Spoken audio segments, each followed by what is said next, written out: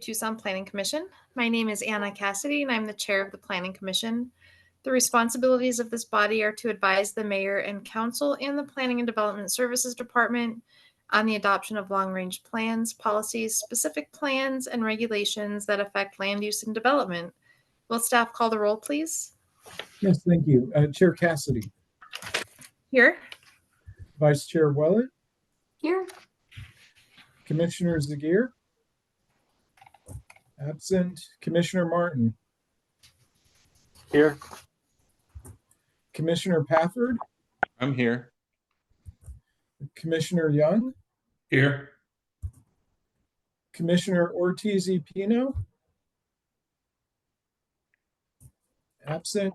Commissioner Schwartz. I'm here. I'm here. I'm sorry. Thank you. Very good. Present. Commissioner Schwartz. Here. Okay. Commissioner Waruche. Here. Thank you. Commissioner Lane. Is Commissioner Lane present? Okay, absent. Commissioner McKenzie. Present. Commissioner Kinney. Present. And Commissioner Lampo. Present. Very good. Thank you. That's all of them. Thank you. Agenda item number 2 is election of chair and vice chair. At this time, I would entertain a motion of any nominations for the next chair for the Planning Commission. Hello.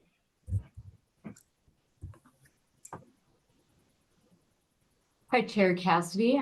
This is Vice Chair Willett here. I'd be happy to throw my name in to be the chair again if no one else would like to do that and would allow me to accept the role there. Great. We have a nomination for Vice Chair Willett to become chair. Do we have a second? I'd second that. Okay, we have a couple of seconds. Any discussion?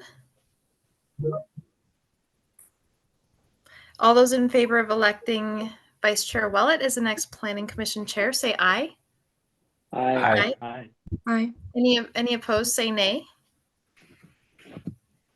All right, that's unanimous.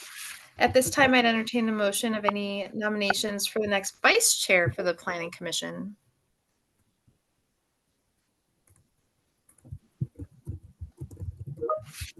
Chair Willett or Chair Cassidy, I'd volunteer for vice chair. Great, thank you, Commissioner Ortiz-Pino. We have a motion. Do we have a second? I'll second that. Motion and a second. Any discussion?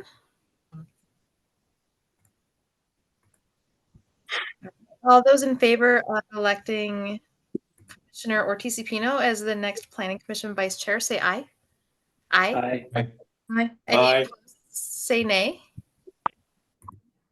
That is also unanimous. Thank you. At this point, I will turn the meeting over to Chair Willett. Thanks, Chair Cassidy. I appreciate your service the past year of what you've done for us and fearlessly leading us through all of these endeavors. So thank you so much for all of your help and work moving forward. Looks like Puri has her hand up. Puri? Yeah, hi, can you all hear me? Yeah, we can hear you. So Dan, I'm looking at the state that neither the chair nor the vice chair may be reelected for that position for successive terms. I'm sorry, I was trying to speak during the during the process. So yeah, it's in your own rules. So you'll have to do the voting and elect a different chair, Lexi. I'm sorry. Well, that's totally fine. I think in the past there had been some chairs previously be coming back, so I have no problem. It was just lack of volunteer, if you will. So. Oh, Puri, we can't hear you. I'm sorry. Have you been the chair for a year? Anna Cassidy was the chair for the previous year, and I was before she was. Yeah, I think Commissioner, or actually Vice Chair Willett was the vice chair, and then now she would become chair. I think you can do that, right? Yeah, so I'm sorry if I misunderstood. I thought that Commissioner Willett was nominating herself to be chair again and that she was currently chair, but she's vice chair. That's correct. Okay. My mistake. Sorry to interrupt. No problem That's fair. whatsoever. Thanks for the clarification, Mhm. Pierre. So that puts us at agenda item number 3, approval of minutes and legal action report there. I'd entertain a motion from the commission? I'll move to approve the minutes and legal action report for October 18th. Great, thank you. Commissioner Cassidy, do I have a second? I'll second that. Second. So it looks like we have a second. All those in favor, say aye. Aye. Aye. Any opposed? Hearing none, so we'll go ahead and move on to item number 4, which is the an amendment to the major streets and routes plan here. So staff, Carver or John, will you give the commission a report, please? Yes, I'll be. My name is John Beal, section manager for the entitlement section, and I'll be presenting tonight's amendment to the MSNR. Let me share my screen.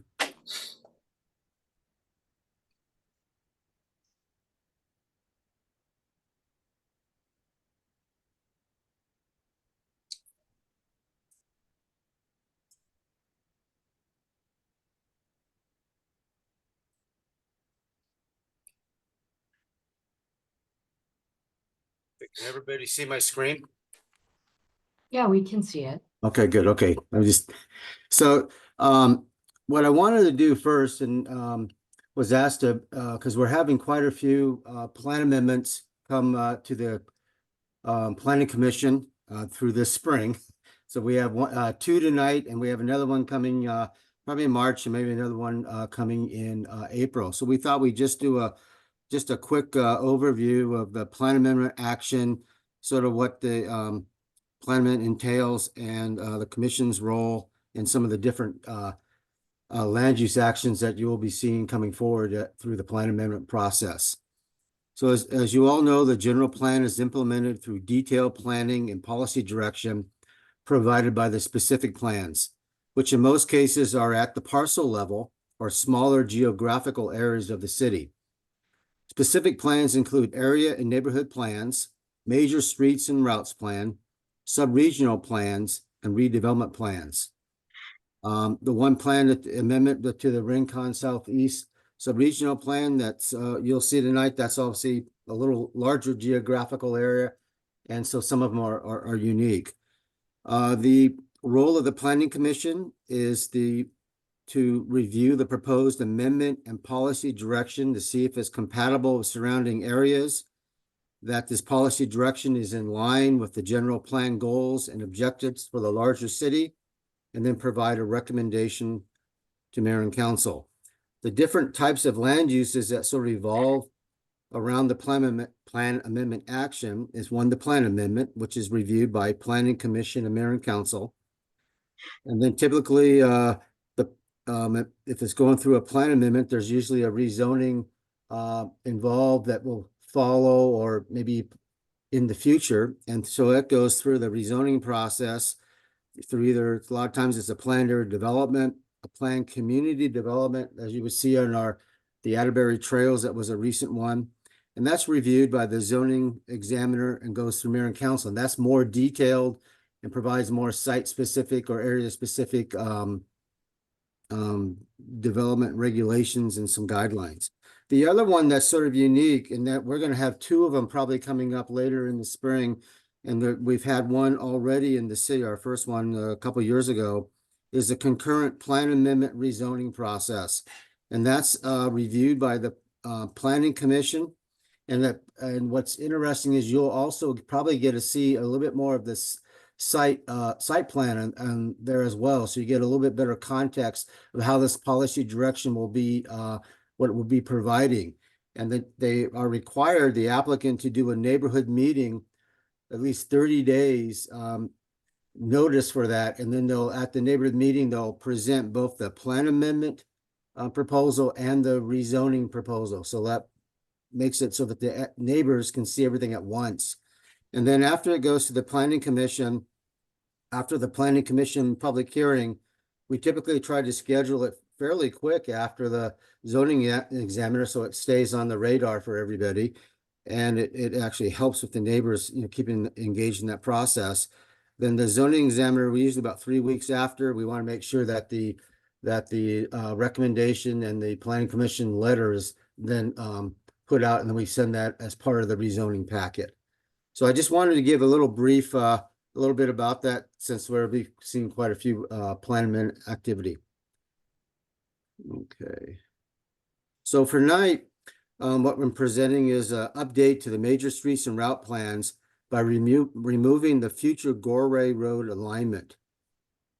So the Gorey Road is it extends from Silver Bell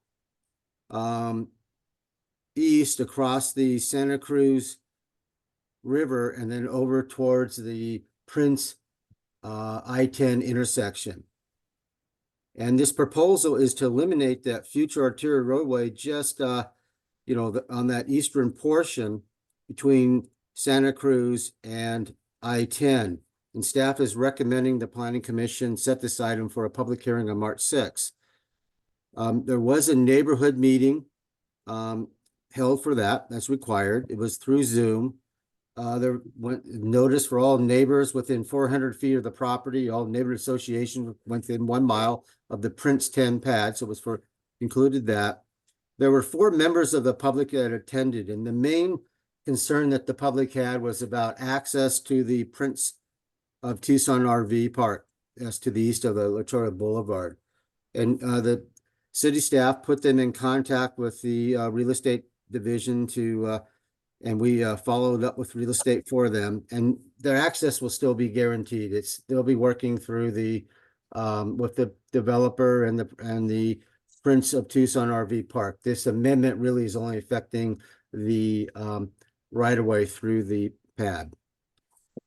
So the Prince 10 pad was adopted by Mayor and Council on August 22nd, 2023, and it was established for an interstate commerce development project. And during the review, it was identified that the right-of-way would need to be removed, that Gorey Road right-of-way, but it was said it was okay to be removed at a future date when the Department of Transportation and Mobility would update the MSNR. But they got approval, but that's not happening soon enough for this project as they're coming through, as the owner is in the process of purchasing public right-of-way within the development to establish a private roadway network, and which was always contemplated as part of the pad adoption.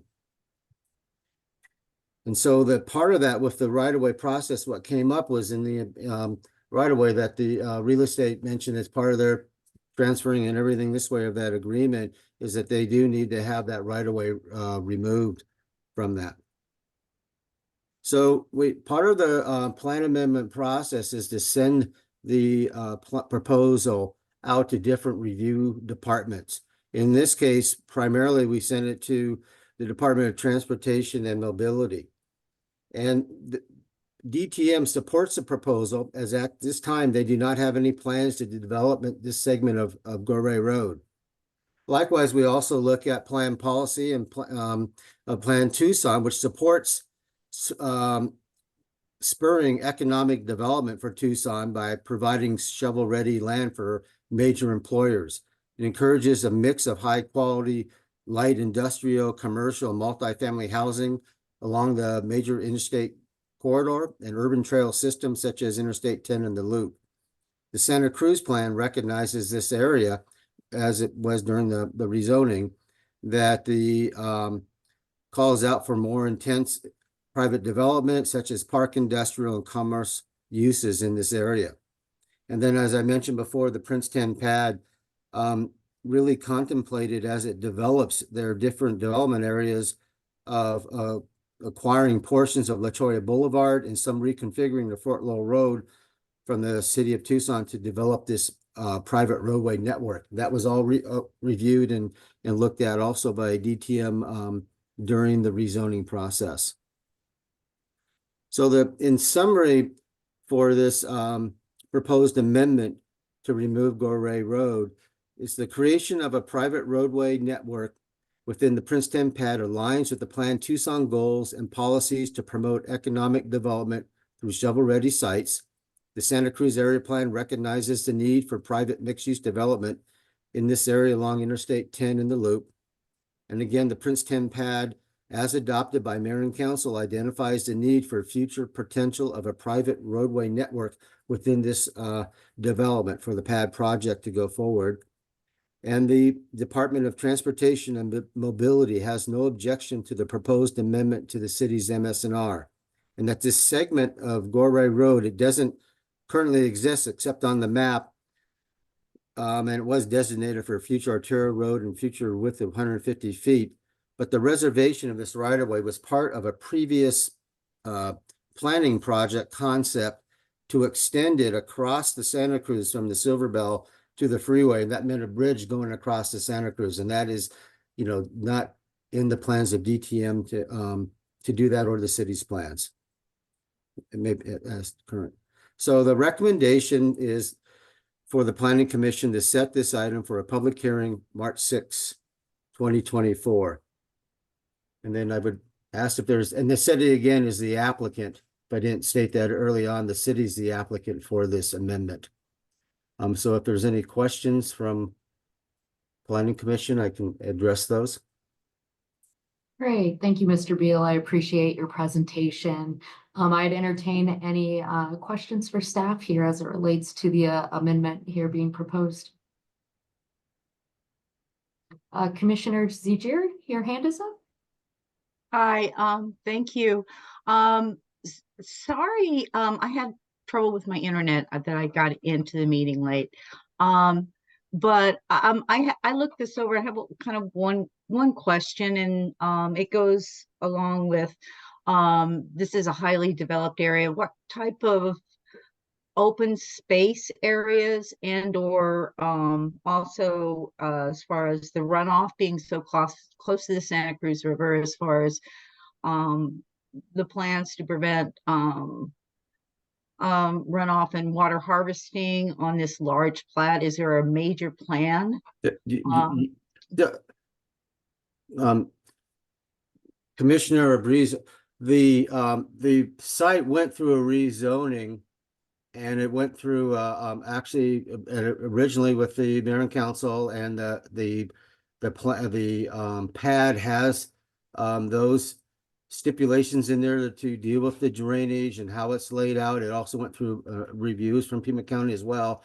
And then it also went through a major change where they added some additional land, and that in the council member's office in Ward 3 actually worked with the developer and actually adding and enhancing more water harvesting policies in there and working with them on the drainage. So that was added into that. This particular amendment or request for the Planning Commission tonight is to remove this portion of Gorey Road off the MS&R map so that the applicant can move forward with his project, but mainly working with real estate to for some real estate acquisition.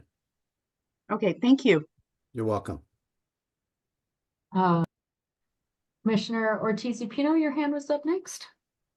Hi, thank you. My question is, in the internal circulation plan of the PAD, is all that roadway going to be dedicated to the city, and like the maintenance efforts of this, are they going to be private or? The streets will be private, from what I remember in the pad, and as well, obviously there's access around will be the city in some of those areas. But internal circulation will be private. So that's correct. I assume there's maintenance agreements for those roads? Oh, well, yes, they would be in charge of, that's correct. They would be in charge of providing the maintenance for those roads. Thank you. You're welcome. Commissioner McCancy, your hand was up next. Good evening and thanks. Two questions. What is the what kind of development is the applicant proposing? I didn't have time to read through all the material to discern that. And two, could somebody show me where the loop trail figures into this parcel and this road? Sure. Sure. So the applicant, what's the proposal tonight is to remove the Gore Road off the MS&R map. So Right. that's what the proposal. The pad itself was rezoned and adopted by mayor and council for interstate commerce development. So it could be some park industrial, light industrial, and commercial uses within this area. The loop, I don't know if you can see my Yes, I can. yeah, so it's along this little area right here where the loop is. So they could, and so we worked also with the county to make sure that, you know, with any drainage that it's not going to interrupt the flow of the loop. And so, but that's why we're talking is about the loop. So the developer can play off of that as well too, if they want for access onto the loop. Okay, so there is not a specific development and applicant has proposed. This is a general action so that developers can begin to propose projects for that space. Is that right? Sort of correct. So the action, so tonight for the action, the city of Tucson is the applicant to remove Gore Road off the MS&R map in order to let the developer who went through a rezoning for this project area to move forward to keep doing the infrastructure, roadways, and keep moving forward to develop that. So there is a specific project in mind. Well, yes, the pad, this whole area, the pad called out with some for a proposed interstate commerce development project for a commercial park industrial, but there's nothing specific coming in for that at this time. It's a pad document that can be phased in over time. Okay, so there is not a specific developer or a specific project yet for this space. Correct. There's a master developer who's trying to put that all together. Okay, all right. And what we need in the request today is to remove that piece of Gore Road that's shown to go through there with a right of way of 150 feet to remove that so he can move forward to put together that private roadway network and start some infrastructure on that. Right. Okay, I get it now. Thank you. Okay, thank you. Are there any other questions from the commission to ask of staff here? Or the applicant as well, I guess.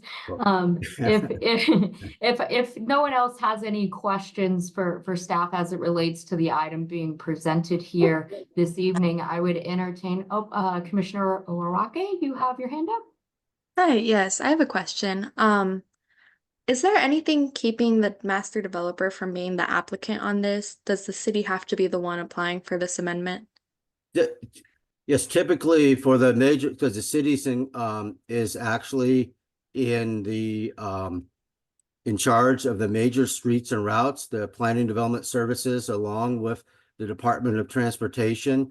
And so the cities, you know, in order to make sure that it's really the city action of these roadways of widening them or to narrow them or those kind of actions. So that's why the city as typically the applicant on these MS&R updates to the map.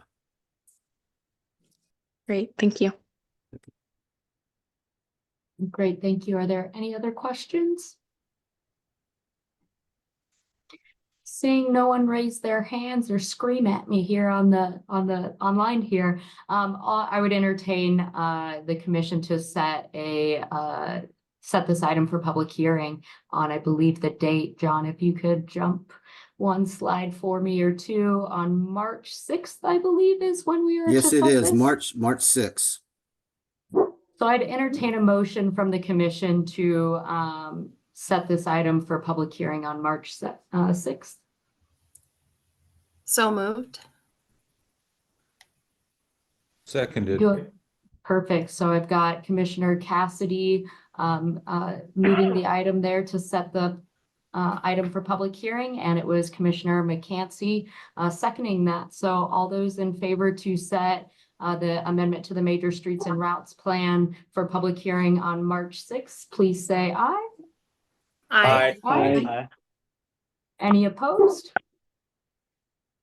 Great, hearing none, it sounds like the motion passes unanimously to set this item to go to public hearing on March 6th there. So thank you very much, Mr. Beal, for your presentation there. I appreciate it.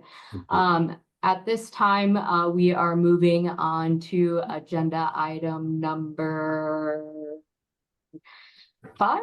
And at this time, I unfortunately have to recuse myself from this item due to a conflict of interest. So I will be signing off for the rest of the evening, and Vice Chair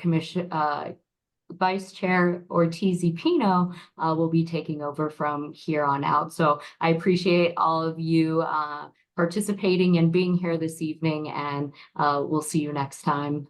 Take care. Good evening.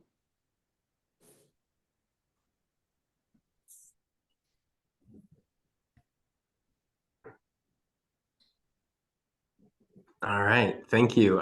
So looks like I got myself into something right off the bat. Thank you, Carver, for sending me the script. And I guess at this time we can move towards the next item. Staff would please present the next item. Thank you, Mr. Vice Chair. Let me introduce myself while I get the screen set up. My name is Samuel Paz. I'm a lead planner with entitlements. I'll be doing a presentation on a plan amendment this evening. And let me see if my computer cooperates.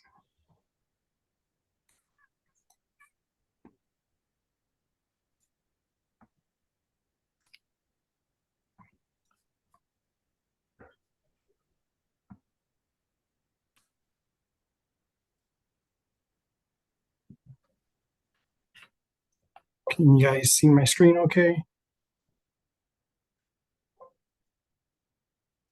Yes, thank you. Yes. Okay, thank you. So again, I'm presenting a plan amendment to the Rincon Southeast Subregional Plan, plan amendments to map detail 4 and 8, and the creation of special area policies. This plan amendment request is best understood as a two-pronged approach to amend land use categories and environmental policies of the RSSP. Land use category changes specifically on map detail 4 and map detail 8. In addition to those land use changes, there's also the addition of special policy areas 1-05, specifically related to the environmental policies of Arizona state land.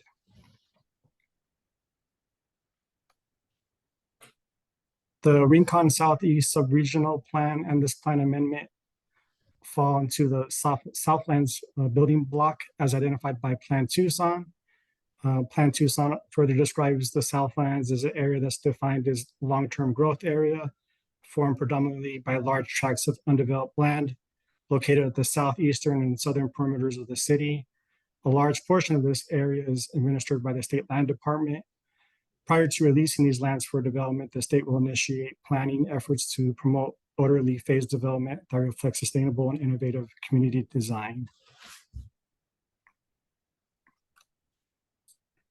Further in Plan Tucson, the Southlands building block guidelines have a plan alignment or plan policy alignment. Included in those policies are looking at solutions and strategies for better community design, looking at master planned and community-centric development along Howden Corridor. There also is support for master plan areas that reflect sensitivity to environmental resources, and there's further support to conserve and enhance habitat when development occurs, and to support the development and management of healthy and attractive urban vegetation. And so this is all within the Plan Tucson Southlands building block guidelines. some policy background. So this plan amendment this evening is interesting because it amends both the land use and the environmental policies within the document. And so it touches or builds upon or is informed by numerous existing policies. The first one being the Unified Development Code, which outlines the PAD, PCD process. It also incorporates the floodplain, the WASH, and the ERZ standards. It's also supported by Tucson Code Chapter 23, which defines the ERZs, the environmental resource zones. It's also further supported or further defined by the floodplain and erosion hazard management plan as part of Tucson Code Chapter 26. And lastly, it's also included into the WASH regulations of Chapter 29.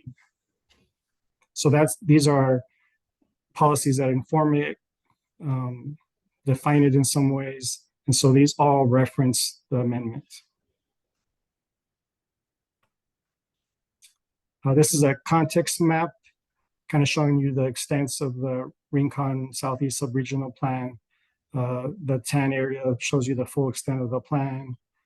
The areas in pink are referring to the map detail 4. The areas in green are also referring to map detail 8. And then you'll see in the crosshatch pattern, that is the special area that touches both map details 4 and 8. This is the existing map detail number 4. And in the next slide, you'll see the comparison and the change. This is the proposed map detail number 4. Map detail number 4 amends low intensity rural to urban industrial. And this is reflected in the gold color in Amendment Site 4. Map detail 4 also amends medium intensity rural to E, medium high intensity urban. And this is reflected in the blue shaded area on the map. This amendment allows for PADs, commercial and industrial zoning districts. This map also highlights the resource conservation areas, which are subject to change and fall within the special policy areas. Moving on to existing detail map number 8. This is the proposal.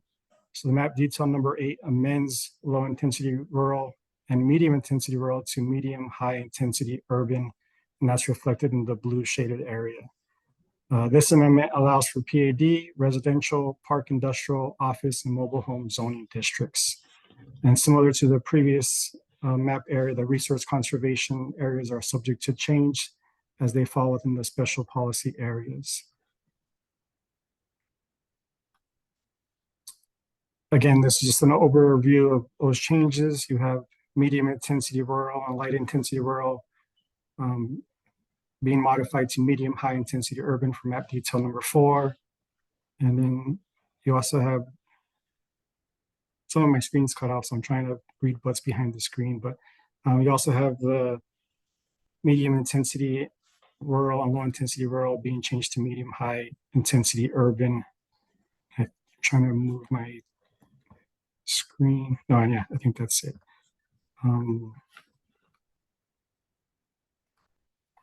Moving on a little bit to the floodplain context. So the Rincon Southeast Subregional Plan is in an area that's been studied for the last 30 years in terms of environmental systems, habitat modeling, riparian habitats, WASH management. And so that kind of is the backdrop in terms of the applicant seeking to define the area with the special policy areas.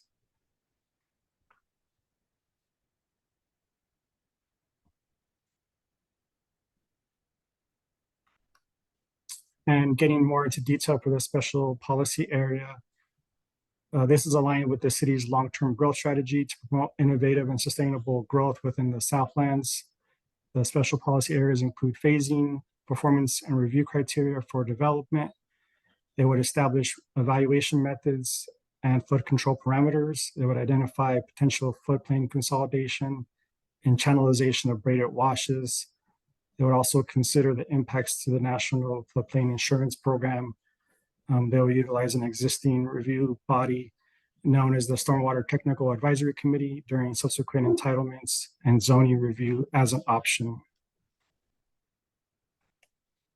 A little bit more detail about what is known as STAC, the Stormwater Technical Advisory Committee. This is a committee it's an ad hoc committee that was formed in 1997 as a result of the WASH ordinance.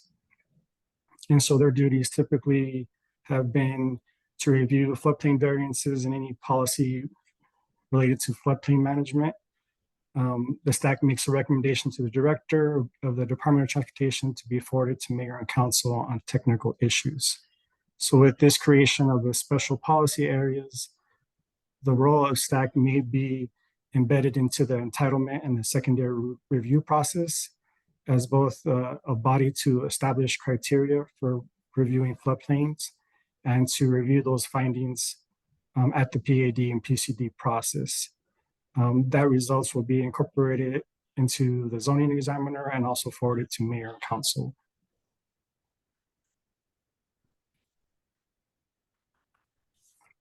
A little bit more about planned community developments. There are some benefits from doing large-scale planned community developments. You provide a secondary planning process for large single-scale, single-ownership parcels. You promote unified and master plan developments that conform to the best practices, city policies, programs, and other sustainability and conservation programs. You allow flexibility that would not otherwise be attainable under conventional zoning districts. It also promotes timely funding, planning, and development of public facilities through phased, integrated, and timely construction of infrastructure. PCDs also support sustainable land use patterns and mobility options while being responsive to the natural features and topography of the desert environment. PCDs also create development areas which establish permanent density and land use intensity.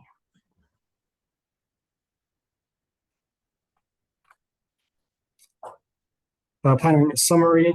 So again, in summary, map detail 4 amendment allows for PADs, commercial and industrial zoning districts. Map detail number 8, amendment allows for PAD, residential, park, industrial, office, and mobile home zoning districts.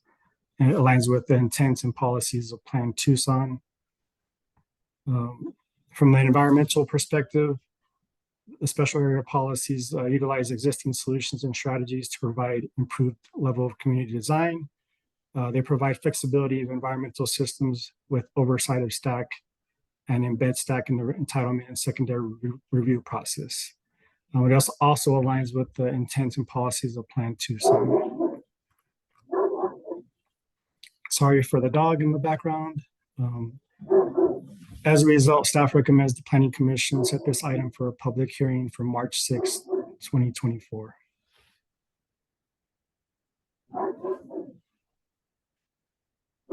All right, thank you, Sam, for the staff presentation. Would the applicant like to present? Yes, actually, so we're gonna go ahead and take over the screen sharing here.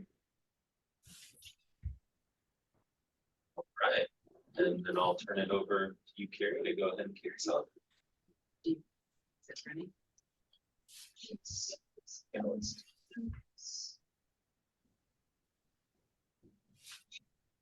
There we go. Good evening, Chairman and members of the Planning Commission. My name is Carrie Sylvan with Lazarus and Sylvan, and I am representing the State Land Department. I want to introduce Karen Dada, who is the Assistant Director of the Real Estate Division with the Arizona State Land Department, and Brian Underwood, who probably needs no introduction to this group, and will be doing a lion's share of the presentation. We're excited to be here. We've been working on this for, I would say, probably years, as between the State Land Department and the City of Tucson. It's a real opportunity for economic development in an area of our region where we are targeting for economic development with the extension of the Sonoran Corridor, and also are focusing on floodplain management and wildlife corridors based on existing conditions and that have changed in the last 30 years.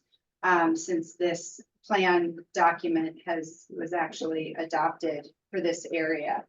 I'm going to give you just a little bit of background about who state land is, and then Brian's going to be the one to step through some of the highlights of the amendment. On this slide, what you'll see is the Southlands down on the south, aptly named Southlands. It's really, for all intents and purposes, a blank slate. On the south, it's on the periphery, it's contiguous to land, and it's owned by a single owner, which is a very unique situation that allows a level of master planning that was accomplished in Atterbury and accomplished at H2K in the zoning. And what we're trying to do is set this plan amendment forward so that the same approach can be accomplished. The direction that we have from Plan Tucson is acknowledging that this is an area for an opportunity for master planning and suggesting that we do that. So that's what a lot of this is about. We do need to update, as I think staff mentioned, and you'll hear again, the RSSP, the Rincon Southeast area plan is really, the last time this area was really looked at was over 30 years, about 30 years ago. So it's time for this plan to be updated. So a little bit about state land. For those of you who are not familiar with the State Land Department, Arizona state land was set aside at statehood by the federal government to help fund our state's essential public services. The State Land Department was created as trustee to manage those lands on behalf of beneficiaries, and I'll talk about those in just a minute. So there's over 9 million acres of land. It's the blue on this map throughout the state of Arizona that the Land Department manages for those 13 beneficiaries, primarily the education system. You'll see there's significant land in southern Arizona. And what's happened over the years is that our communities have slowly grown into that land. I just want to highlight the blue area on here, as I said before, is state land. The white is private land. So really within the entire state of Arizona, the blue and the white areas are the only areas available for economic development and growth. State trust land was set aside, as I said before, at statehood by the federal government. The Constitution and state statutes govern how the State Land Department manages these lands.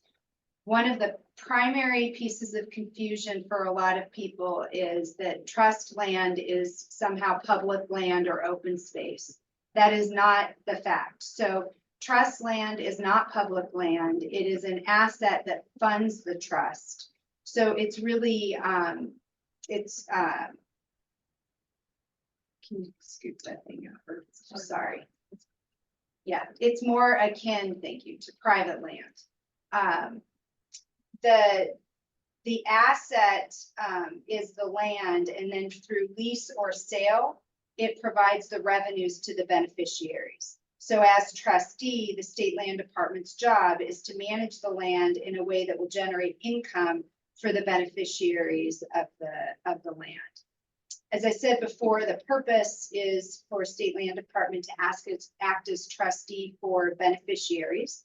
So about 8 million of the remaining 9.2 million acres of trust land, again, it was the blue in that prior map, are assigned to Arizona's K-12 public schools. And then there are 12 other institutional beneficiaries that are the folks who state land manages for.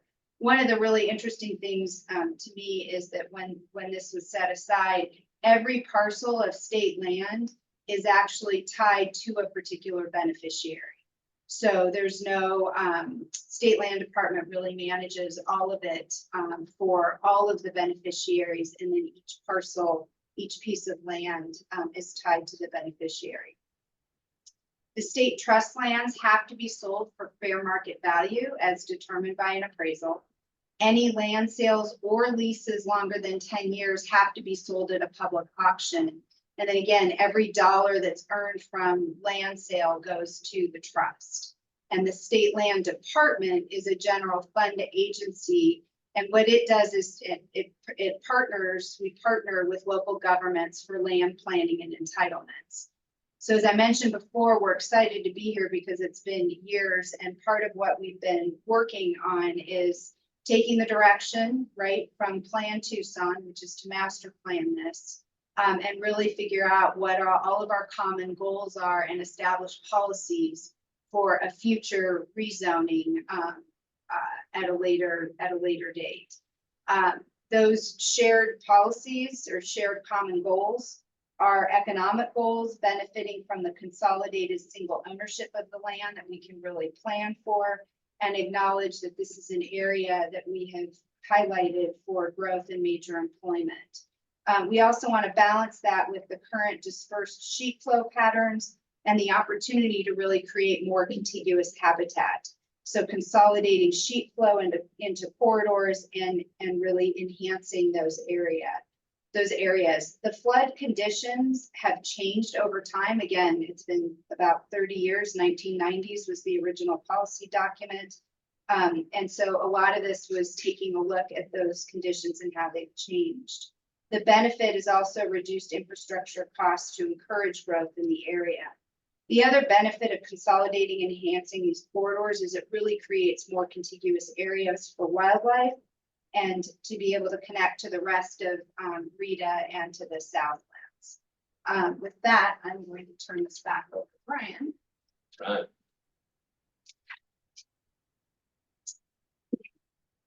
All right. Brian Underwood here, and I'm going to walk us through some of the salient points to the proposed amendment that we're making to the Rincon Southeast Subregional Plan. So I'll start by recapping some of the history of the Rincon Southeast Subregional Plan, which was carried over from the county's comprehensive plan, their 1992 comprehensive plan, and adopted by the city of Tucson in 1995 for a massive 410 square mile area. That you can see on the cover of the plan there, and I have another map that shows it a little better as well. But you know, that area is, you know, that the plan covers, and the policies that are in it are no longer reflective of current development trends and drainage patterns, particularly in the area where we're proposing this amendment. And so you'll see, if you've looked at the plan, that it's chock full of antiquated land use and policy direction that is in some cases in conflict or redundant with existing code and regulations that we have today. And that's really for a lot of the sub-regional policies that cover that entire 410 square miles. And that's particularly in the areas around the fringes of the city of Tucson, where you can see how that plan kind of comes in, you know, right here around the city limits here. And so as things have become more urbanized, that plan has become more out of date.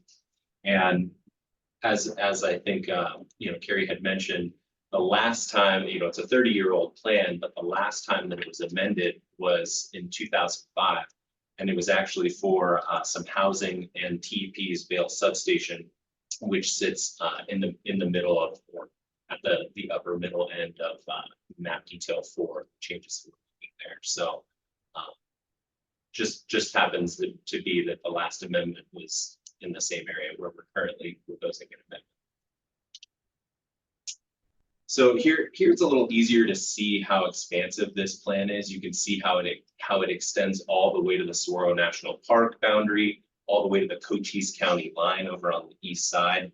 And what's interesting is that there's no real land use guidance for any of this land out here. So for the land that's within the city of Tucson, at least in the areas where we're proposing an amendment, there's land use guidance. Otherwise, the rest of this 410 square miles is just given direction per the overarching sub-regional policies. And a lot of those, I would say, are more applicable or still applicable to some of those more sensitive areas where you are up close to Saguaro National Park, or, you know, where you can see the Cienega coming through. and the conservation area that's associated with that. So I think, you know, some of that policy would still apply in some of those areas where urbanization hasn't occurred yet. And for us, where we're proposing our amendment is within the, you know, the flatter area that's west of I-10 there, and it's situated between I-10 and the prisons that are along Wilmot there. So if you look at this map, that area outlined in blue, just the blue outline, that is all of the state land department's holdings within the Southlands. And then the area that is the blue fill, that is our RETA 10 area we're discussing tonight for the proposal. So taking a closer look at RETA 10 itself, it's about 8,300 acres of contiguous land by a single landowner, as Carrie had mentioned. And it's well positioned to serve major employers for a number of reasons. And one of them being that H2K pad that was mentioned sits on the east side of I-10 over here and butts up against, you know, the eastern edge, if you will, of the RETA 10 property. And so that area is planned for much of the same as what we're proposing in RETA 10. So it creates some synergy there. And then as you can see, RETA 10 kind of sits right at the epicenter of all of the, you know, our logistic, you know, amenities that we have for large scale employers. So you have terrific interstate access, you have the airport right there, the port of Tucson to provide rail distribution, you know, you name it. You even have Pima County Fairgrounds where they're proposing the Southeast Employment and Logistics Center. And so that's a big economic development and industrial major employer draw to that area, and that's an area where Pima County is investing heavily to attract economic development. And then you can see there in the gray where we have the Sonoran Corridor preferred alignment from the Tier 1 EIS, which basically comes right through the RETA 10 property and puts in here at the RETA Road interchange, and it follows that Oakdale connection road line there.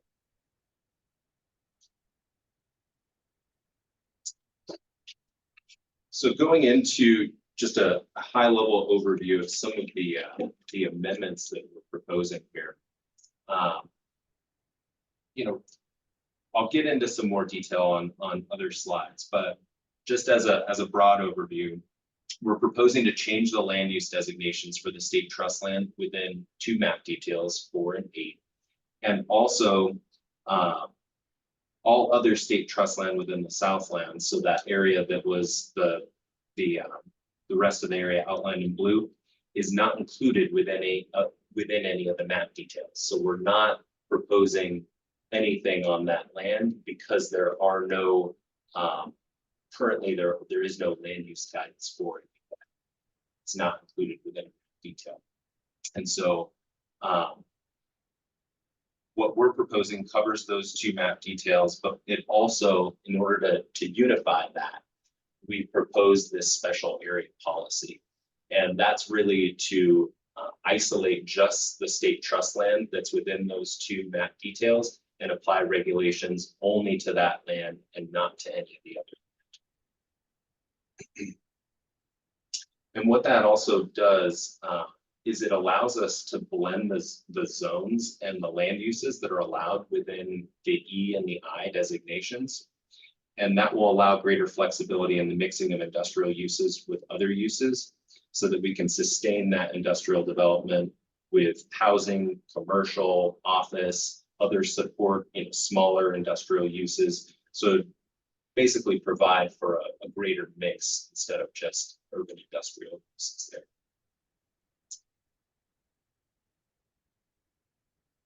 It also allows for us to look at the consolidation.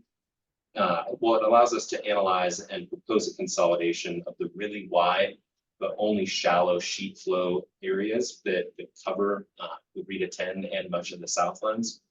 And those areas, they severely limit the area's development potential. And they could be modified to follow the areas with the greatest potential, the greatest flow potential during a 100-year storm event. And so what we've done recently is remap that area, relook at the flooding through that area, and to pinpoint the areas where water is actually flowing. And it's not quite as expansive as what shows on the old maps from 30 years ago. And so through this process and through the subsequent pad and PCB process, we would look to align those corridors with where we actually still see flows today. And this would be much like the approach that was taken by Pima County with the Southeast Employment and Logistics Center around the fairgrounds. They've taken some of those broader floodplain areas and narrowed those down to be consistent with where you actually see the water flow. And that's a similar approach to what was taken for the tributaries that feed into the Julian Wash for the H2K pad, the other side of I-10. So diving into the actual map details themselves here, you can see that what this amendment does is it focuses that medium high intensity urban, so it's that blue designation. It focuses it up along I-10 to be consistent with, you know, interstate commerce and having that direct access to the interstate there. And then that connection to the land on the east side of the interstate that's planned, as I mentioned, for industrial land use. And it also designates the land around the prisons. So that's the land that you see here in kind of the orangish gold color. So it sits between, you know, the prisons here on Wilmot, and then the CELP, the Pima County Employment Logistics down here. So we felt like that would be an excellent designation of industrial between those two land uses there.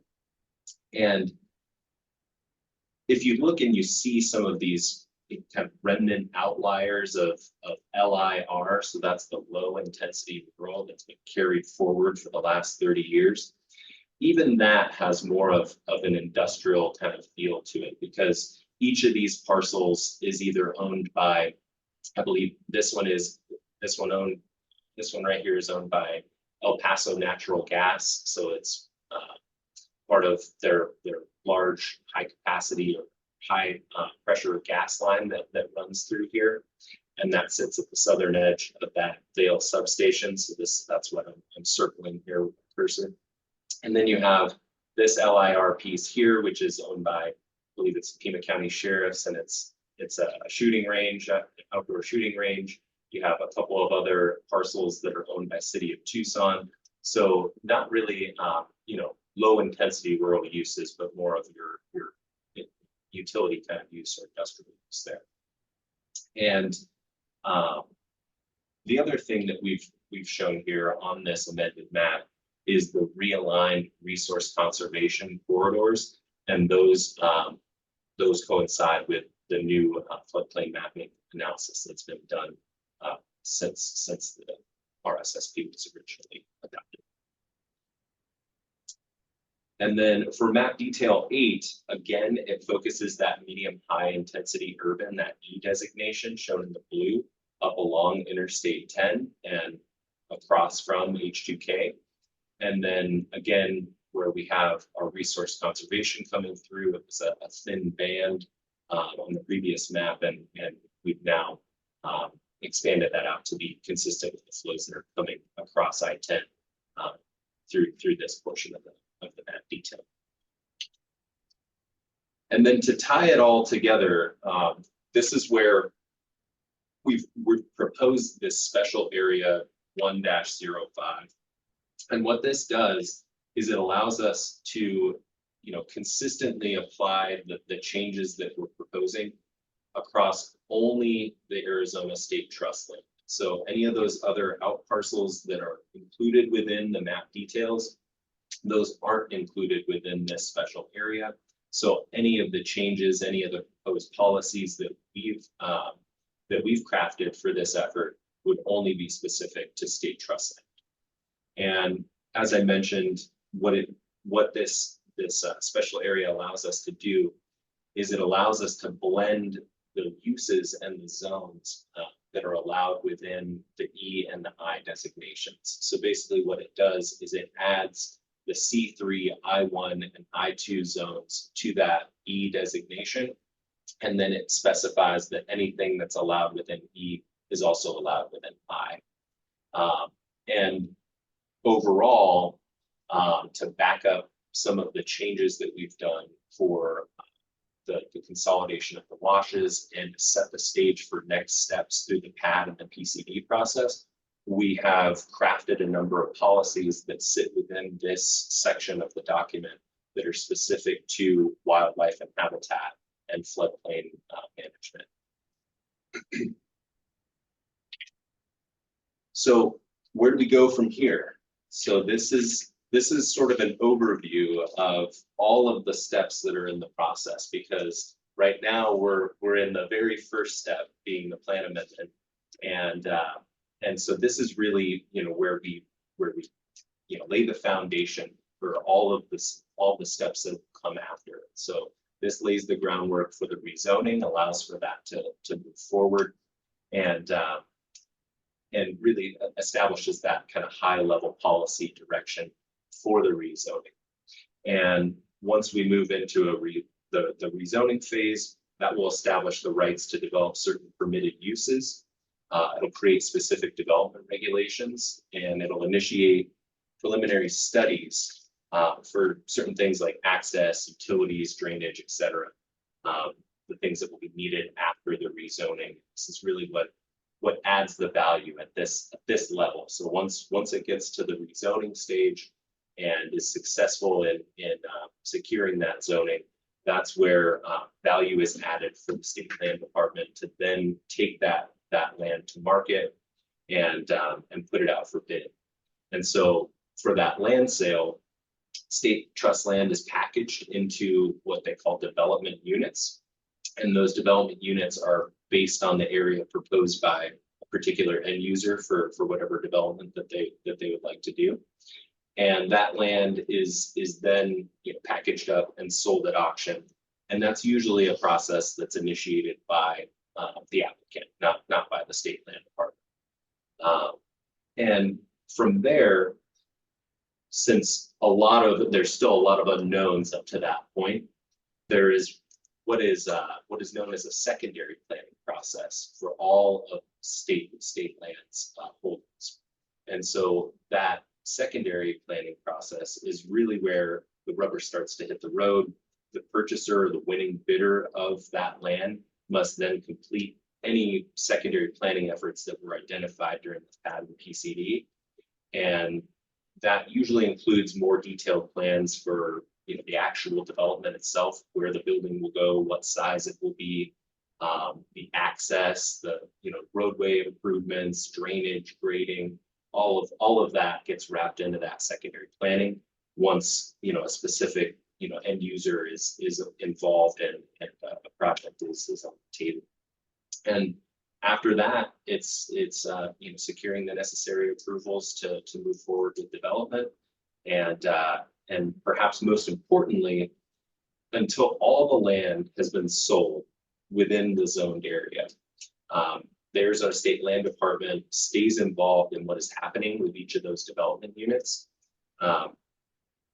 Well, with each one that gets sold, they stay involved to ensure that the final developments align with the overall vision for the entire Southlands area. So they're not just packaging this up, selling it, and then forgetting about whatever else happens after that. They're making sure that everything works, you know, cohesively throughout the entire area, because we are dealing with 8,300 acres for just the RETA 10. And then as you move further west to develop the rest of the Southlands, they want to make sure all of that is consistent and thought out ahead of time. So with that, unless I missed anything, we'll open it to questions from the commission. All right, thank you, Brian. I'd like to now open up this for questions from the commission. Commissioner McKenzie. Hi, thank you for that presentation. Mr. Underwood, was it, could you get a little more granular on the comparison of the new floodplain mapping versus what was in the plan or whatever 30 years ago? Yeah, absolutely. So what we've done since 30 years ago is actually go through and do some floodplain analysis based on existing other existing studies that have happened in the area since the RSSP was adopted, and then actually running hydraulic modeling across that land, looking at the topography, looking at exactly where those flows are going. And so what you see on that map, the proposed map, and I think Samuel kind of touched on it in his presentation, is that he mentioned that those are subject to change because there will be further analysis that will need to be done as we move through the pad PCD and also through the secondary planning. And that's really where final engineering, final drainage studies will be done to really hone in on what the widths of those corridors would look like. We've started to say there's a minimum of a certain width in certain areas. Maybe it's 500 feet wide or it's 600 feet wide, like you see in some of these other washes that we have throughout Tucson, like the Santa Cruz or the Rito. But really that'll be decided, at those later stages. Yeah. So you did so hydraulic modeling was done this time around. Where was the previous sort of designation or whatever based on just what kind of guesstimates, or did they do hydraulic modeling, but this is a more precise version of hydraulic modeling? They did a more generalized drainage study for back in the 90s and in the early 2000s. I believe they looked at it again, and really what you're dealing with a lot of the flow that's out there is broad non-defined sheet flow. So it's in a lot of cases no greater, even in a 100-year storm event, than 6 feet or 6 inches of flow depth.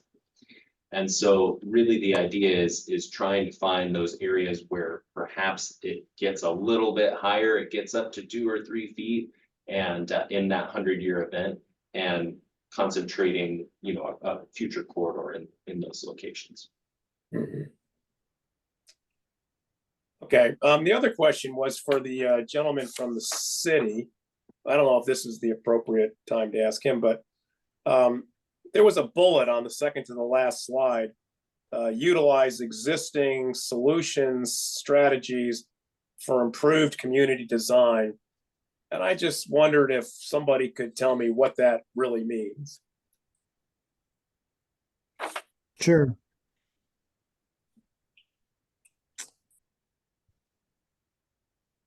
I'm not sure if we want to stop sharing the screen or if I'm sure. So that bullet was referring to the Stormwater Technical Advisory Committee. And so that's an existing ad hoc committee that, currently reviews floodplain variances and floodplain flexibility. So that's what that statement is referring to. It's an existing body. It's been in place since 1997. And it was a product of the WASH ordinance, if I recall correctly. Yeah, I guess I still don't really understand what that bullet is trying to tell us. But so I believe it's just trying to reference that it's an existing ad hoc committee that the city already has in place, and it's already has authority by the WASH ordinance. It's an existing ad hoc committee. Mm-hmm. Okay, I still don't get the connection, but okay, let's just table that. Thank you. Okay, thank you, Commissioner Cassidy. Hi, thank you. My question is about public outreach. Has there been any public outreach or involvement to date? And if so, What has the reaction been? Yeah, absolutely. So we did hold a neighborhood meeting. Gosh, it's been probably at least 6 months. It was summer or before the summer, so it's been quite a long time. Because it took us a while to get to this point and work through everything with staff. But I want to say, sent notices, about 300 or so notices. And was about 150. Okay. I was double there, so I exaggerated. But we got, I believe it was about 25 to 30 people that attended our neighborhood meeting. And mainly the questions were, related to, what will be built here, and how close will that industry get to us? What's the plan for the Sonoran corridor, and when will that happen, and where will that be in relation to the Sycamore Park neighborhood that's to the north of us there? And obviously we have no bearing on the Sonoran corridor, but there are quite a bit of existing flow patterns that wrap around that southern boundary of Sycamore Park. So there's kind of some de facto buffering already built in there. And we would certainly, look to have some other, mitigative measures to ensure compatibility with any of the adjacent residences that are close to us up on the north end. And I just want to add that we did also reach out to the coalition. We've been working closely with the Coalition for Sonoran Desert Protection, actually on the H2K PAD that was mentioned, with exactly these types of consolidation, realignment of floodplains, and mitigation strategies, and enhancements, both mitigation on-site and off-site. And they are very aware of this. They know the next stage, which is going to be the PAD or PCD, is really going to establish a lot of what's in the H2K, and this sets the groundwork for that. So that outreach has also been done. I should also add as well that although there are no neighborhood associations within a mile, we're just outside of the mile boundary is just outside of Rita Ranch. It almost touches it, but it doesn't. But we did go ahead and reach out to Al Wyrith, and made sure he was aware of this project. Great, thank you. Yep. Commissioner Martin.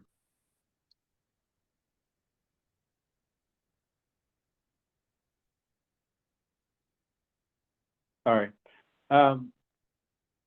Looking at the maps, the east side map, the new map doesn't seem to delineate. I think it's the DR area. I was a little bit confused where the boundary of the land uses were on that map. So the old map, I think, is clearer than the new map. So it's just kind of a drafting thing, but clarity, it would be nice to know where those land uses are, or, where they begin and end. So just a minor comment. Thanks.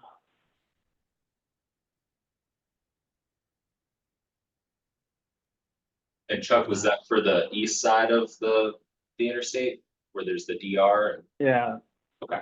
East side only has one notation, and the old map had 3. So there's 3 areas and only one is noted as DR. If I recall, I can't look at it right now, but There's probably some changes we could make to make that a little clearer, because the old map and even with the new map, it's tough to make all of those land use changes really pop. So, but I hear your point, and we could probably add an additional link over too.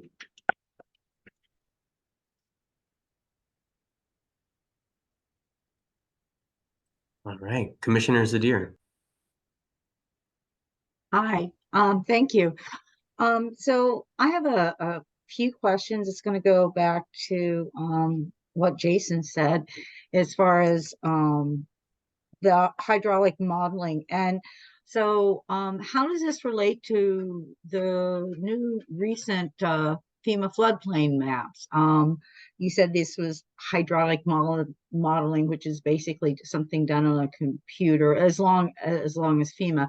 How does your new modeling correlate with the new FEMA floodplains? And is there going to be any issues with that? Question one. And also, since this is like, well, almost, 8,300 acres of land that has a lot of drainage comparatively going through it, how are you going to, is it going to, we change this, how is it going to mitigate future owners of the property of not affecting runoff into adjacent properties? So I'm just kind of trying to clarify some of the flooding issues that are there. Thank you. Yeah, absolutely. Wonderful questions, Commissioner Abrisa. So I'll touch on the first one, the FEMA floodplain issues. Luckily, there are none. So there is no FEMA mapped FEMA floodplain within the RETA 10 area. And State Land Department has also done a preliminary jurisdictional delineation, and there are no jurisdictional washes within the RETA 10 area either. So no 100-year floodplain designated by FEMA, no 404 washes from the Corps. And while we move through, the later stages of, a PAD or a PCD and then secondary planning, that's where, really the analysis will be done to comply with all of the city's codes, which have those protections baked in for protecting upstream and downstream property owners. So we can't increase or decrease the amount of drainage that's coming off of any of the portions of RETA 10 that are proposed for development. And within those areas that are proposed for development, the city of Tucson has made it clear to us that we will be required to actually reduce the flow that's coming off of those areas that are being developed. And that's part of the critical basin designation and trying to balance that basin. And so we've absolutely looked at that, and we're prepared to be able to make sure that there is no downstream or upstream flooding impacts. Thank you. Yeah. Commissioner McKenzie.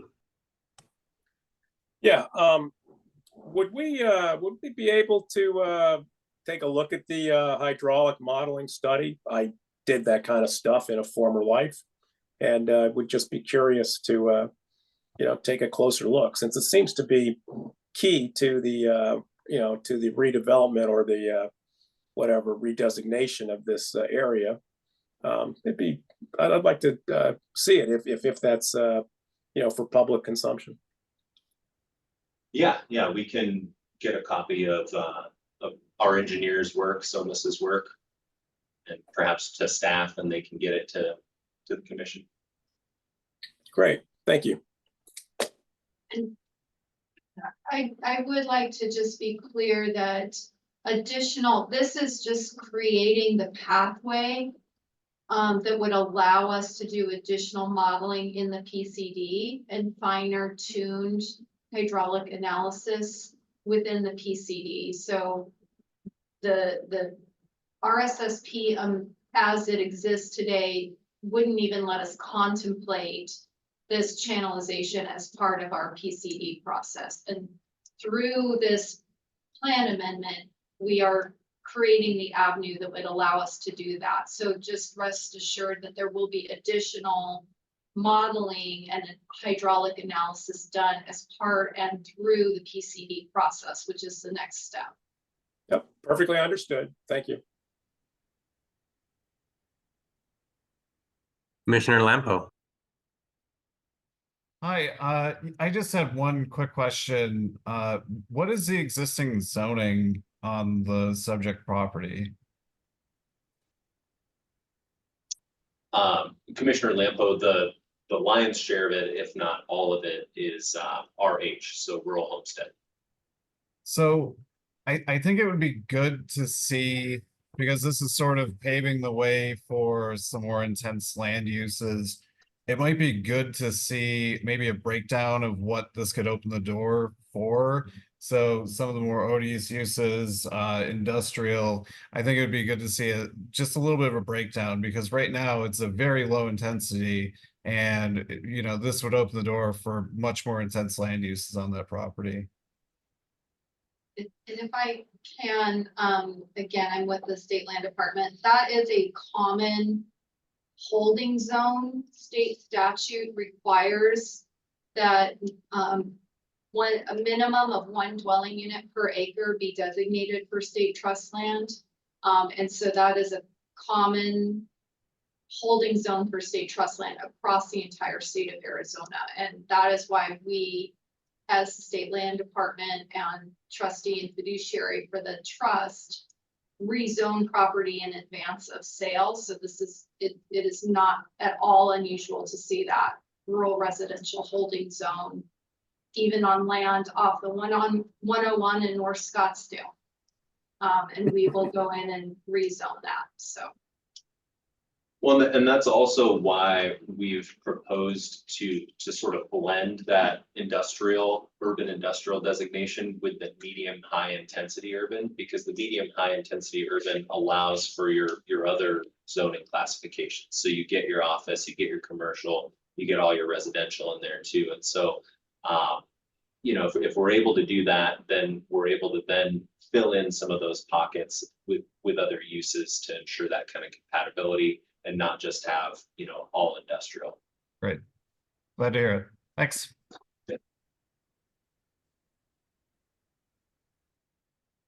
Commissioners, Hi, thanks.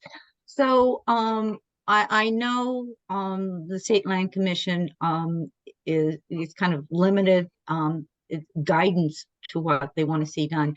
But, along with the city codes and everything that goes in with a new development like this, what percentage of this area, will be left as open space? And as what I'm defining as open space is not a drainage canal or a retention area, but actual usable open space for people. Is there any type of process that goes in, since this is going to be a mixed use thing, to, you know, just it's important not to create a big cement 8,000 acre cement pad out next to the interstate. I mean, I know that's not what's going to happen, but just a question. Thank you. Yeah, absolutely. And that's another one of the items that once we get to the PAD and the PCD process, and particularly once we're into that secondary planning phase, where we'll really understand exactly how much open space and where that will be. But the intent is that yeah, I mean, we would have, you know, our contiguous wildlife corridors that follow the washes, but you would also have you know, dispersed open space and recreational opportunities throughout this area. You know, it's a big opportunity to potentially bring the loop along one of those washes as well.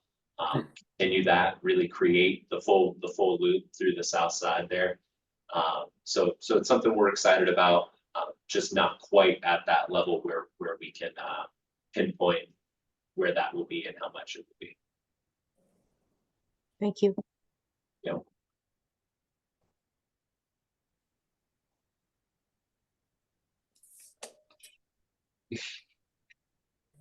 the lights turned off on me.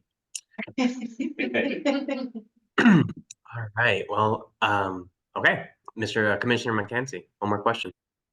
Yeah, thanks. This is more of a general question. Who are the other 12 beneficiaries that get 1/9 of the money from that acreage? So I don't know the specific beneficiaries for this land. The other beneficiaries of state trust land, and keep in mind, this was established at statehood, so some of the names have changed. But in general, it's K-12 public schools. So if we sell land, if we sell a section of land and K-12 is the underlying beneficiary, that money goes to the treasurer's office into a fund, a permanent fund, and it benefits all of Arizona's public schools. Not just, Tucson or Pima County, it goes to the statewide fund. And you've probably heard Prop 123 in the news lately. That is dealing with that permanent fund, how much can be drawn from that to fund education. Yeah, no, I get that. Usually- I get that part. Thank you. I'm just wondering who the other Yeah. 13 beneficiaries, and those 13 share 1/9 of the acreage. I'm just curious who some of them are. U of A, ASU, NAU, the School for the Deaf and Blind, the Pioneers Home in Prescott. The government buildings were a beneficiary, the state hospital and state prisons. Generally, those are the beneficiaries for the state trust. Okay, thank you. You're welcome, Commissioner.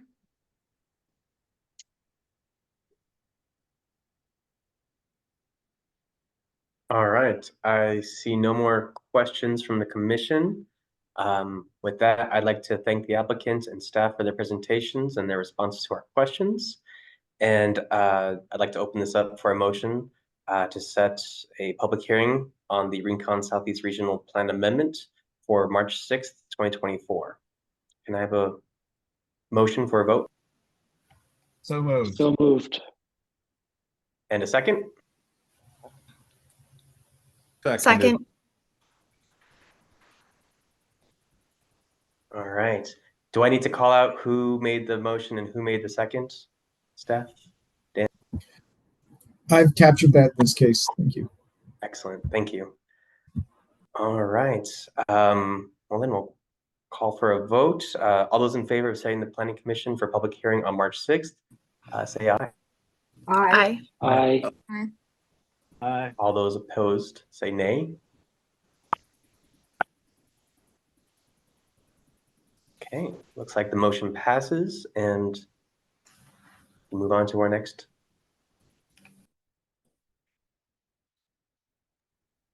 Okay, would staff please update the commission on the 2024 public notice statement on meeting types? Sure, excellent. Thank you, commissioners. I hope you're doing well. So this item is to discuss the meeting format for the Planning Commission moving forward. Recently, the city clerk's office provided some guidance to their boards, committees, and commissions on hybrid meetings, and this really is a response to that. So we've kind of explored some of our options with moving these, which have been these meetings to a primarily kind of in-person option with a virtual option. And we wanted to really get your feedback on this. As you know, up until the pandemic, all of the Planning Commission meetings were in person and previously held in the mayor and council chambers. Those were in person only, and then we would record them with audio. Since the time we did go remote, I know in the commission we've had conversations about potentially going back to in-person meetings. And then also, we have heard some comments from the public as far as wanting to come back for those in-person meetings at the mayor and council chambers with that option to attend virtually. So we have been working with our clerk's office to kind of make sure that the space is set up for this. It is in pretty good shape, and we feel that if we were to move to kind of an in-person option at the mayor and council chambers for our meetings moving forward, it would really help to increase the overall accessibility of the Planning Commission meetings. It would not only allow for that in-person kind of dialogue, but it would also provide that virtual option. So the people that may be on the east side who may not be able to make it all the way down here and park and everything and to deal with that could still attend and still comment and provide feedback on some of those items. If this, if we were to make this change moving forward, we would need to amend this public notice statement for the 2024 calendar year, basically saying that we would be moving to mayor and council chambers with a virtual option. And then ultimately, because it is the commission's choice, we wanted to provide this time for you all to discuss and then provide us direction on really how you would like to move forward. So I'll just kind of turn it over to you.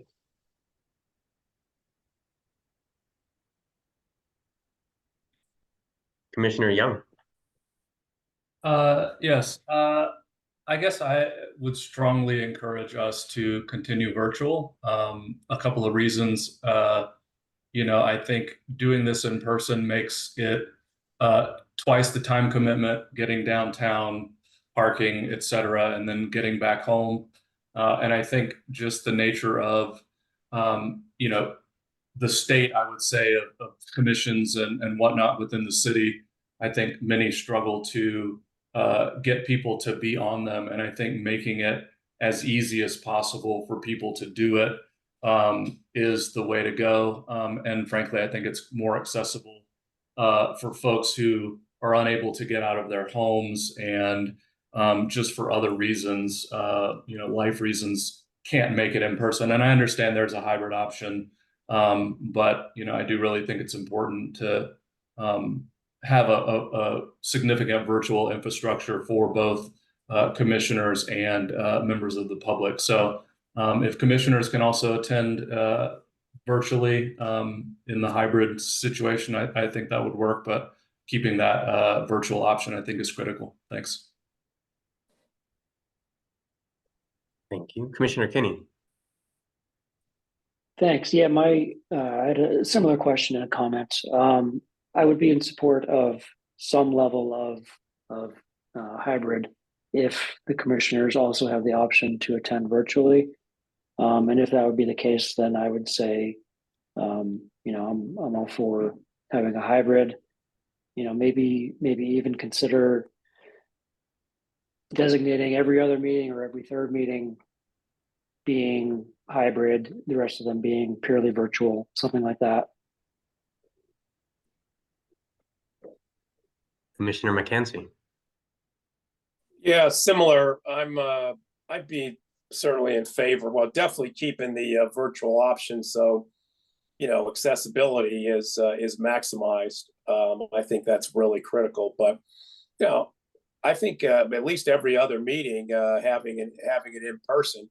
I'd like to get a chance to get to know all these people on the screen, frankly, and interact with them a bit more. I think it's more comfortable to interact with people, on screen when you know them in person. So that's my view. Thanks. Thank you. Commissioner Lampo. Yeah, I would be all for hybrid meetings. I'm a big fan of seeing all of your smiling faces in person.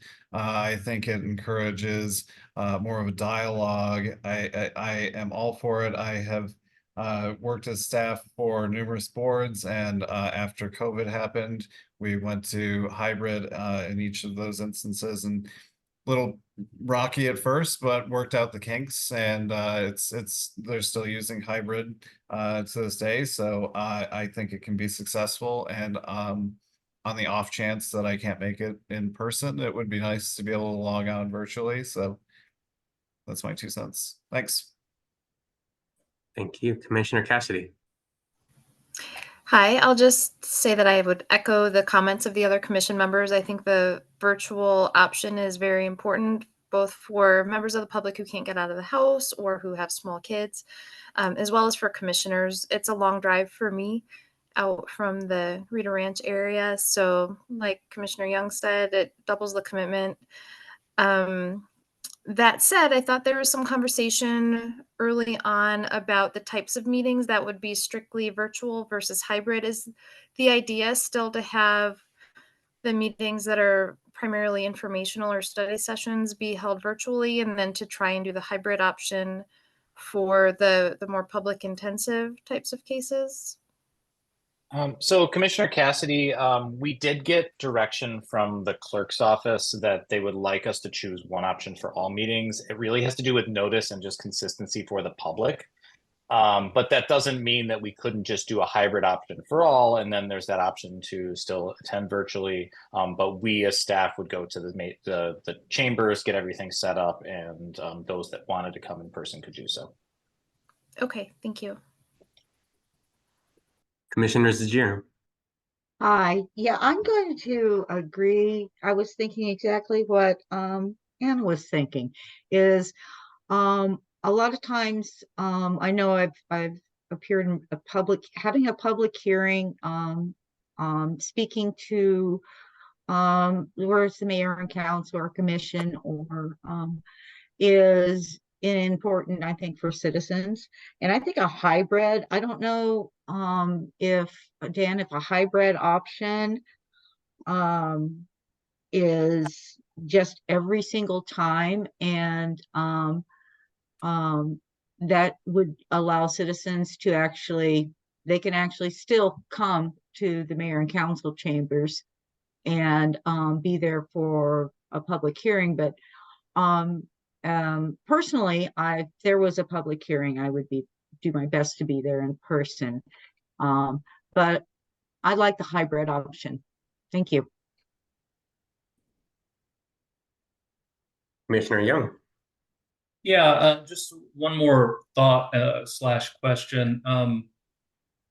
I just also, I guess my question is mayor and council chambers adequately set up to actually have hybrid meetings? Because the reason I ask is because if the technology is not there, I think the hybrid meeting is actually the worst of all worlds. As much as I want to be able to meet in person, I feel like, you know, the folks that are in the room are kind of the first class citizens of the meeting, and people trying to join hybrid are kind of relegated to second class. So if we do the hybrid, I really want to make sure that the technology is there, and I know that can often be a heavy lift. So just wanted to ask that question and put that out there. Muted. Yes, Commissioner Young. So couple things related to that. One is that mayor and council have been doing kind of the hybrid option at the very least for the commission, for the council members. We went over there today and actually tested it out because we wanted to make sure that that was the case.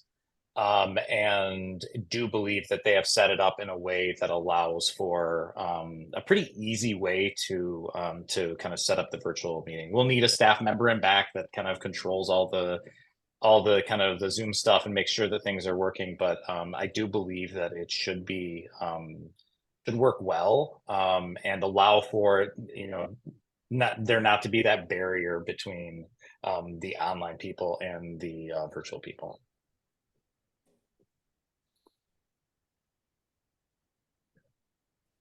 Well, I'd like to kind of agree and echo everybody else's sentiment on this. I personally think a hybrid solution would be good. And to what Commissioner Young said, you know, hybrids can be terrible, and it would be interesting to see kind of like the process to ensure that, you know, there was an order of hands raised to who comes first and who goes second. If there's the in-person who get to speak first and then everybody virtually speaks second, like that kind of turns into that first class, second class citizenry issue. But to the same point, another question about quorum and counting quorum. If you know, commissioners who are able to attend and those who are attending virtually, is it quorum count the same, or would only the okay, head nod, I'll take it. Yeah, I'm kind of that's what I have. Commissioner Ortiz-Pino, we appreciate the feedback on the kind of how to order people, and we'll definitely kind of work that out. One other thing I do want to mention that we're planning on doing is we're going to do kind of a mock meeting as well in the next week or two. Just to kind of, we're going to have, you know, staff members acting as people of the public, as some of the commissioners, and kind of do that type of thing in order to really, you know, make sure that it's functioning well and kind of work out some of those kinks before we do that first meeting.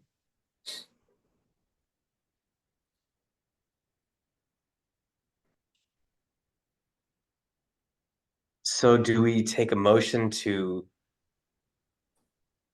move forward with changing the statement? or like what happens next? Commissioners, I see your question. This is just a question that I had.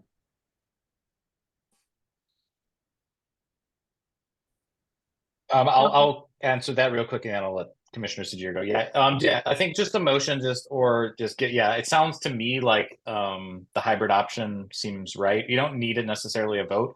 What we do is we would make an amendment to the public notice statement.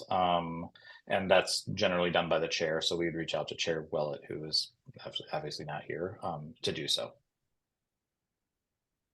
Commissioner Sajir, sorry about that.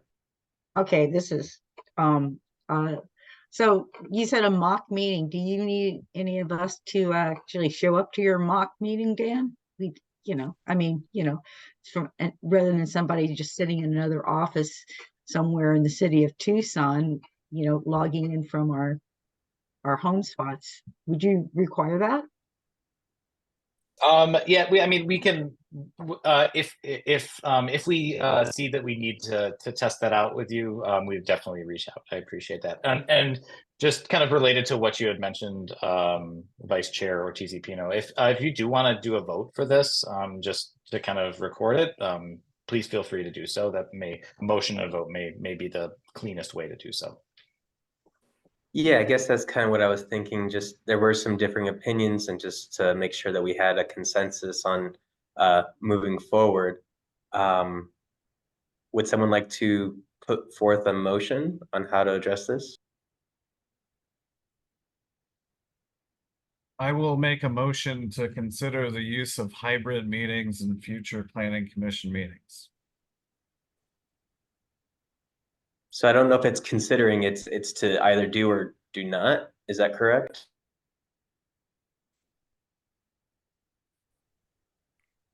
I think we're doing the considering right now. Well, then I will make a motion to hold future planning commission meetings in a hybrid format. I would second. Okay, all those in favor? Aye. Yeah. Aye. Aye. Aye. Are there any nays?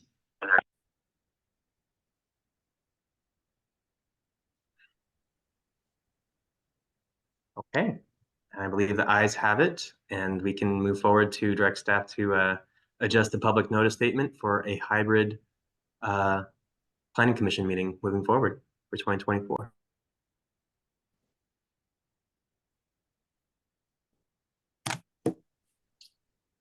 Okay, I keep on forgetting I have a next job here. Would staff please provide PDSD updates to the commission?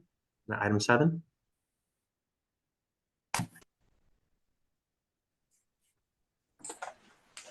I can provide a few updates from the department. So a couple things happening at PDSD. We're doing a lot of hiring right now. We have a lot of positions open in the department and bringing on new staff, including landscape architect, engineer, planners, lead planners. So a lot of opportunities in the department and a lot of recruitment and hiring going on.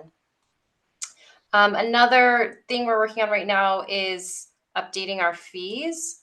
Mayor and council have initiated an update to development review fees. So that is undergoing public outreach right now. We're getting a lot of feedback, and that could go to mayor and council for a public hearing April 9th. And then we've given you guys a few updates on Plan Tucson update, the update of our general plan. Some of you attended our recent community forum. It was great to see many of the planning commissioners there, a few. Thanks for attending and sharing your feedback.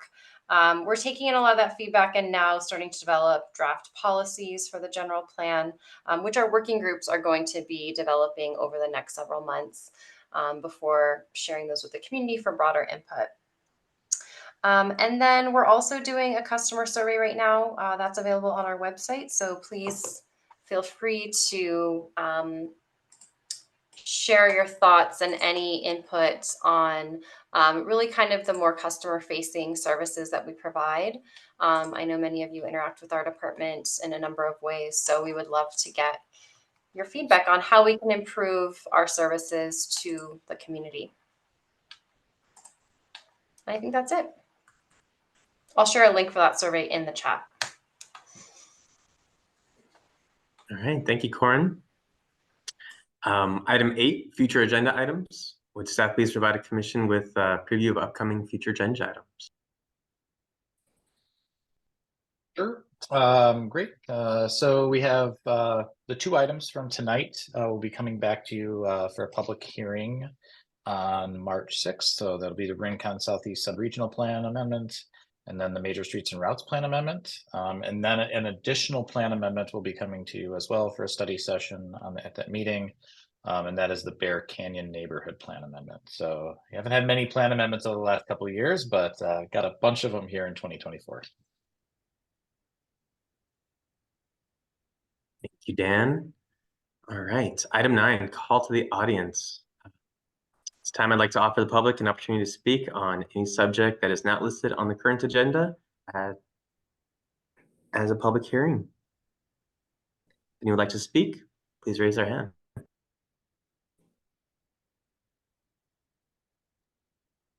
Hearing none, I think we can call for a motion to end the meeting. Is that correct?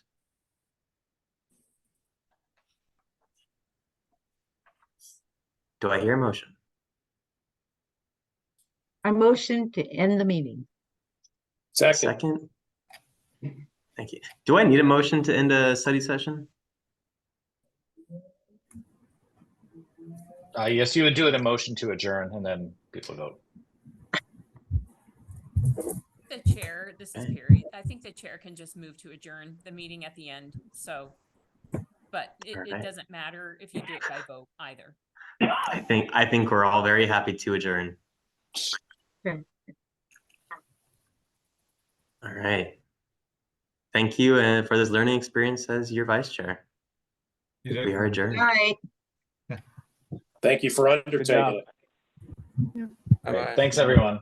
Thank you. So long. Thank you.